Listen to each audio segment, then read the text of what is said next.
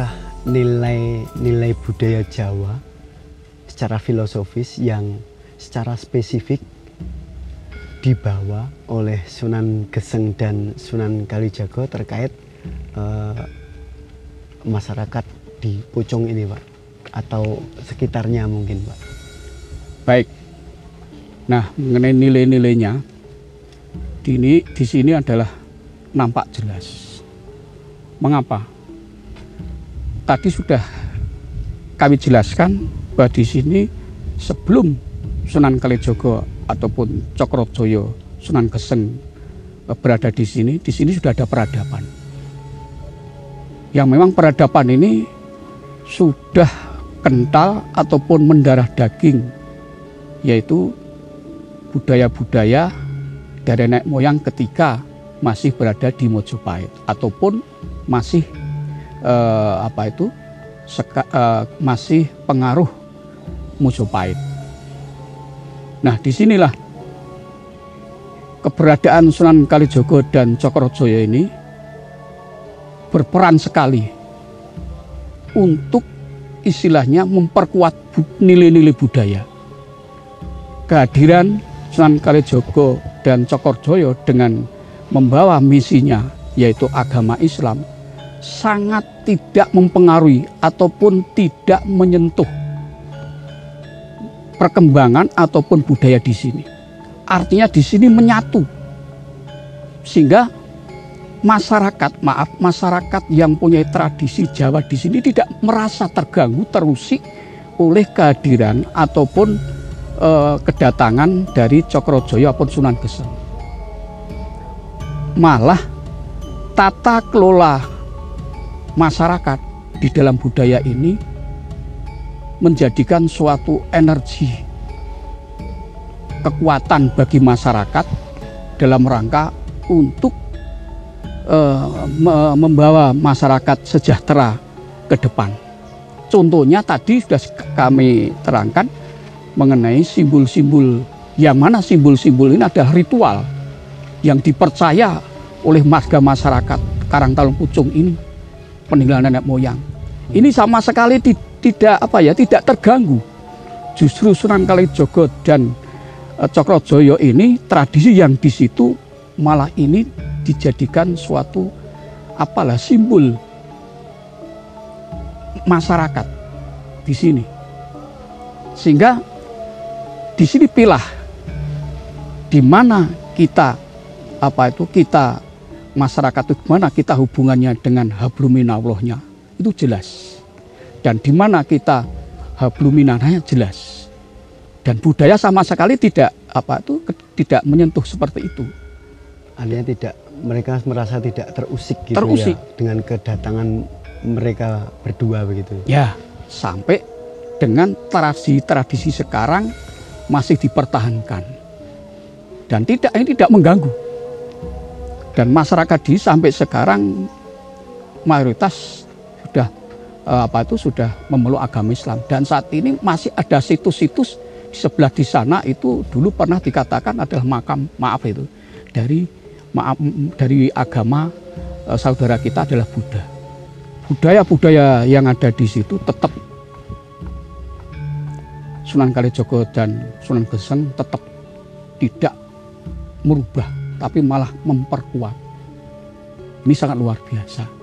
Dengan sendirinya, dengan pola cara yang dilakukan oleh Sunan Geseng ataupun Sunan Kalijaga di sini diikuti. Pelan-pelan yang tadi tidak menjalankan agama ataupun cara dia itu bertakwa pada Tuhan itu tidak, pedomannya tidak jelas. Yang mungkin karena dianggap kita sekarang itu membesar-besarkan atau animisme, dinasisme. Pelan-pelan mereka itu meninggalkan dengan secara tidak disuruh ataupun diperintah.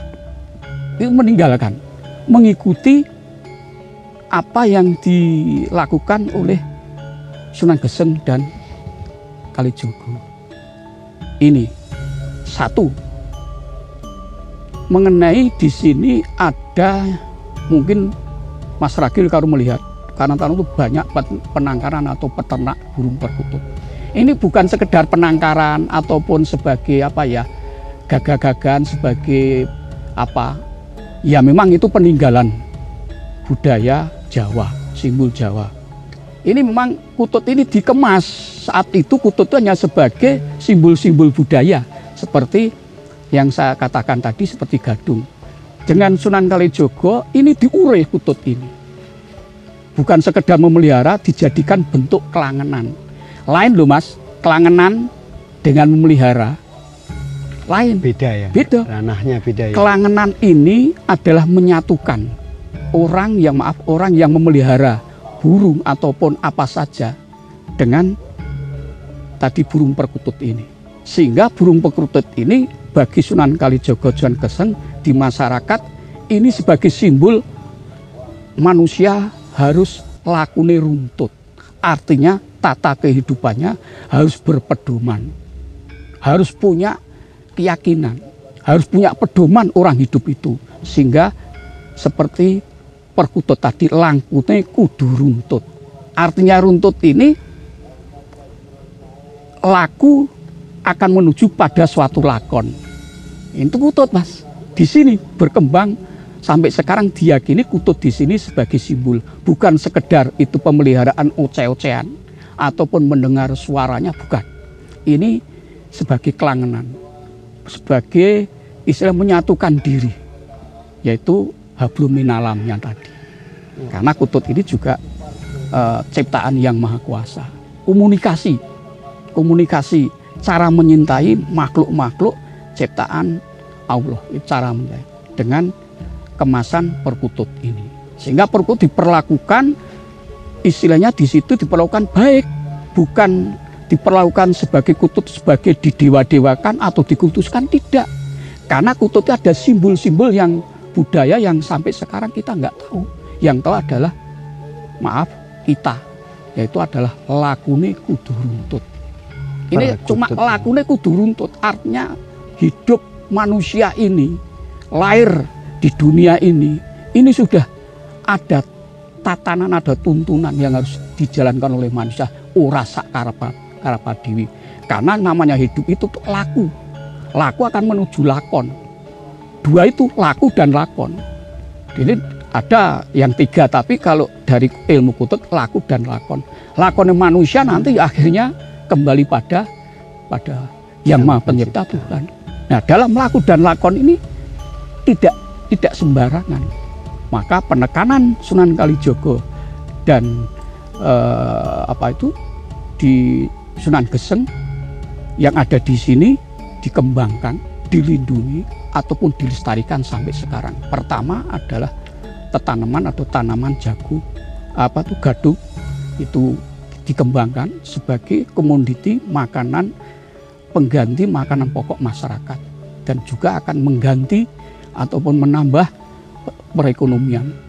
Burung perkutut juga begitu, bukan sekedar sebagai bukan sebagai ingon-ingon apapun, ini juga dikemas sebagai nilai tambah ekonomi, diternak sampai beredar seluruh Indonesia. Karena di sini dibarengi dengan kututnya tidak sembarang kutut seperti kutut-kutut yang lain.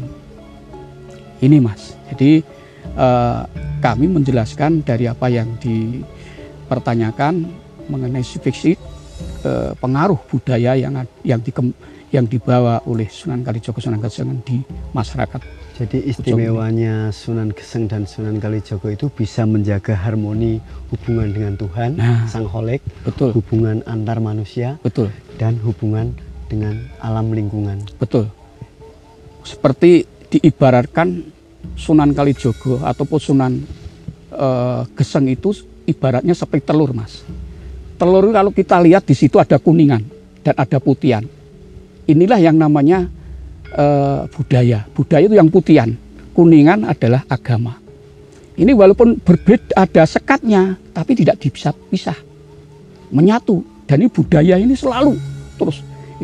Itu kalau kita bicara di sini, itu nanti telur, kalau bicara telur ada rongga telur di atas itu. Ulah ini sangat luar biasa kalau kita kupas, mas. Jadi Sunan Kalijogo bicara telur tidak satu malam selesai ini. Karena telur ini ilmu Sunan Kalijogo yang diberikan oleh Cokrojoyo seperti telur itu kuningan, putihan, ada rongga. Ini rongga agak, kalau coba Mas Ragil mengambil satu telur dipecah, itu ada rongga. Fungsi rongga itu apa sih? Di dalam era digital atau 4.1 ini, seperti ini, bicara rongga itu belum. Sekarang kita beramai-ramai bicara seperti ini. Tapi coba kita kembali lagi pada kebesaran Allah itu.